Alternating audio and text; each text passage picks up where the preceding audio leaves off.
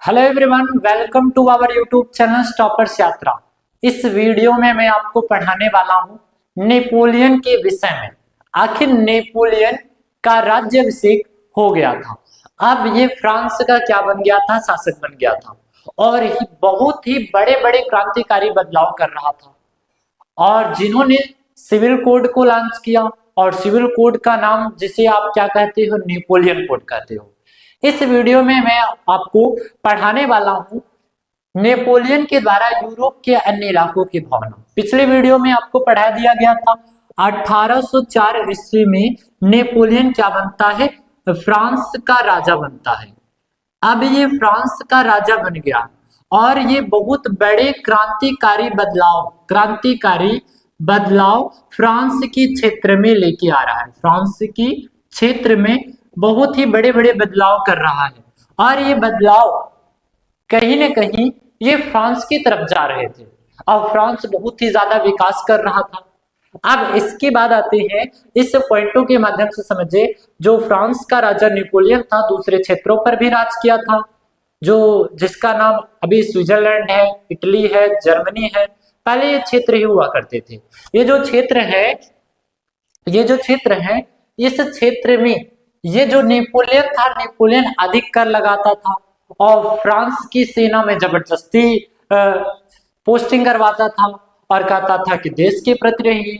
और यहाँ पर आप आइए समझते हैं हम लोग इस बिंदु के माध्यम से नेपोलियन के द्वारा यूरोप के अन्य इलाकों की भावना, मतलब नेपोलियन के द्वारा अन्य इलाकों की भावनाएं कैसी थी, इस वीडियो में आपको पढ़ाने वाले हैं। पहले पॉइंटों को ध्यान से समझिए। फ्रांस ने जिन इलाकों पर कब्जा किया था वहां लोगों की फ्रांसीसी शासक के बारे में मिली-जुली प्रक्रिया थी। मतलब उन्हें लग रहा था कि ये फ्रांसीसी शासक के माध्यम से मिली-जुली प्रक्रिया भी हुई थी। अब आगे के आते हैं नेक्स्ट। शुरू में लोगों ने फ्रांस की सेना को आजादी के दूत के रूप में देखा। अब यहाँ पर शुरू में जो फ्रांस के अलग इलाके के क्षेत्र थे, फ्रांस के बगल के जो क्षेत्र थे, अभी का जो नाम है जर्मनी है, इटली है, स्विट्जरलैंड है, ये सभी सोचते थे कि शुरू में इन्हें लगा कि भाई आजादी का ये क्या है, दूत है। लेकिन जल्द ही भावना बदल गई, जल्द ही उनकी भावनाएं बदल गई और इन्हें लगने लगा कि ये कहीं न कहीं ये लुईस स्टीन की तरह है। अगर लुईस स्टीन इन पर भी कर लगाता था और नेपोलियन भी कर लगा रहा है तो दोनों में कोई डिफरेंस नहीं है। आइए हम लोग देखते हैं। फिर इसके बाद लोगों को जबरदस्ती फ्रांस की सेना में भर्ती कराया जाता था। मतलब लोगों को जबरदस्ती फ्रांस की सेना में भर्ती कराने का तात्पर्य है कि उन्हें जबरदस्ती एक सेना के पद पर नियुक्त किया जाता था और देश के प्रति उन्हें युद्ध के लिए भेजा जाता था। फिर इसके बाद आता है, इसी कारण से लोग विरोध करना स्टार्ट कर दे। इसी कारण से लोग क्या नेपोलियन का विरोध करना स्टार्ट कर दे। अब इनमें भी क्रांतिकारी बदलाव होते हैं।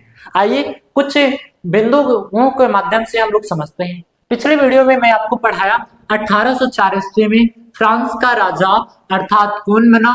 नेपोलियन बना, लुईस स्टीन के बाद।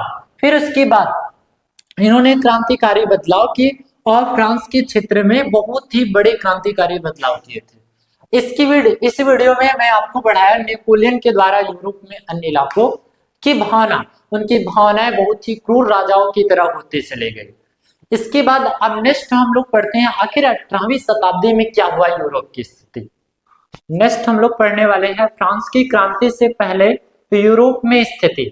आखिर 18वीं सदी में फ्रांस की क्रांति होने से पहले, फ्रांस की क्रांति कब हुई थी आपको पता है? 1789 ईस्वी में हुआ था फ्रांस की क्रांति, जो लुईस 16वां को क्या कर दिया गया था? इस राजा के पद से हटा दिया गया था, एक बहुत ही बड़े क्रांतिकारी बदलाव के कारण। अगर यहाँ पर क्रांतिकारी बदलाव हो रहे थे तो आप समझिएगा, यदि क्रांतिकारी बदलाव हो रहे थे तो इनसे पहले की स्थिति क्या थी? मतलब 1789 से पहले यूरोप में कैसी स्थिति थी, अर्थात फ्रांस में कैसी स्थिति थी। आइए इस वीडियो में हम लोग जानने वाले हैं, ध्यान दीजिए। फर्स्ट पॉइंटों के माध्यम से समझिए। 18वीं सदी के मध्यकाल के यूरोप में राष्ट्र नहीं था, मतलब यूरोप में अन्य कोई राष्ट्र भी नहीं था जैसा आज हम जानते और समझते हैं। जैसा आज हम लोग जानते हैं कौन कौन से थे भाई? इसमें आधुनिक जर्मनी, मतलब इसमें क्या थे, जर्मनी थे, इटली और स्विट्जरलैंड जो अभी बने, मतलब फ्रांस की क्रांति के बाद बने, लेकिन उससे पहले नहीं थे, जो कई सूबों और प्रांतों और छोटे छोटे इलाकों के रूप में क्या हुए थे, बटे हुए थे। आगे क्या आते हैं, हर शासन अपने अनुसार वो स्वतंत्र हुआ करता था, मतलब अपने अनुसार स्वतंत्र हुआ करता था। हर प्रांत के एक क्षेत्र, एक राजा रहते थे, हर क्षेत्र के एक राजा रहता था, हर सूबों में छोटे छोटे गुटों के रूप में बटे हुए थे। ये फ्रांस की क्रांति से पहले, लेकिन फ्रांस की क्रांति के बाद ये स्थितियां क्या हो गई, बदल गई। फिर इसके बाद आती हैं पूर्वी और मध्य यूरोप में कई शक्तिशाली राजा थे। पूर्वी और मध्य यूरोप में कई शक्तिशाली राजा थे, जिनके अधीन विभिन्न प्रकार के लोग रहा करते थे, मतलब इनमें बहुत से शक्तिशाली राजा रहते थे और जिनके अधीन बहुत ही लोग क्या करते थे, अधीन रहते थे। फिर इसके बाद चौथे पॉइंटों को हम लोग समझते हैं। इन लोगों को कोई साझा पहचान नहीं था, मतलब इन लोगों की कोई साझा पहचान नहीं था। जैसे हम लोगों का राष्ट्रवादी बनना और राष्ट्रवाद जो पहचान है, देश से प्रेम करना, अर्थात हम लोग की पहचान है राष्ट्रीय गान, राष्ट्रीय प्रतीक रहेगा और राष्ट्रीय ध्वज रहते हैं, ये पहचान रहती है। लेकिन यहाँ पर इससे पहले कोई और स्थिति नहीं थी, इनकी कोई पहचान नहीं थी। अगर उनकी पहचान थी, उनमें यदि कोई समानता भी तो थी, किसी एक शासन के प्रति समर्पण, मतलब एक राजा के प्रति राष्ट्रवादी बनना, मतलब एक राजा से प्रेम करना, वही उनके लिए क्या था, समर्पण था, वही उनकी क्या थी, पहचान थी। इस वीडियो में मैं आपको यहाँ तक पढ़ाया। आगे नेक्स्ट वीडियो में मैं आपको थोड़ी सी, ये कल की ही वीडियो थी, लेकिन कल की वीडियो लाइट जाने के कारण वीडियो नहीं बना पाए। इसके बाद मैं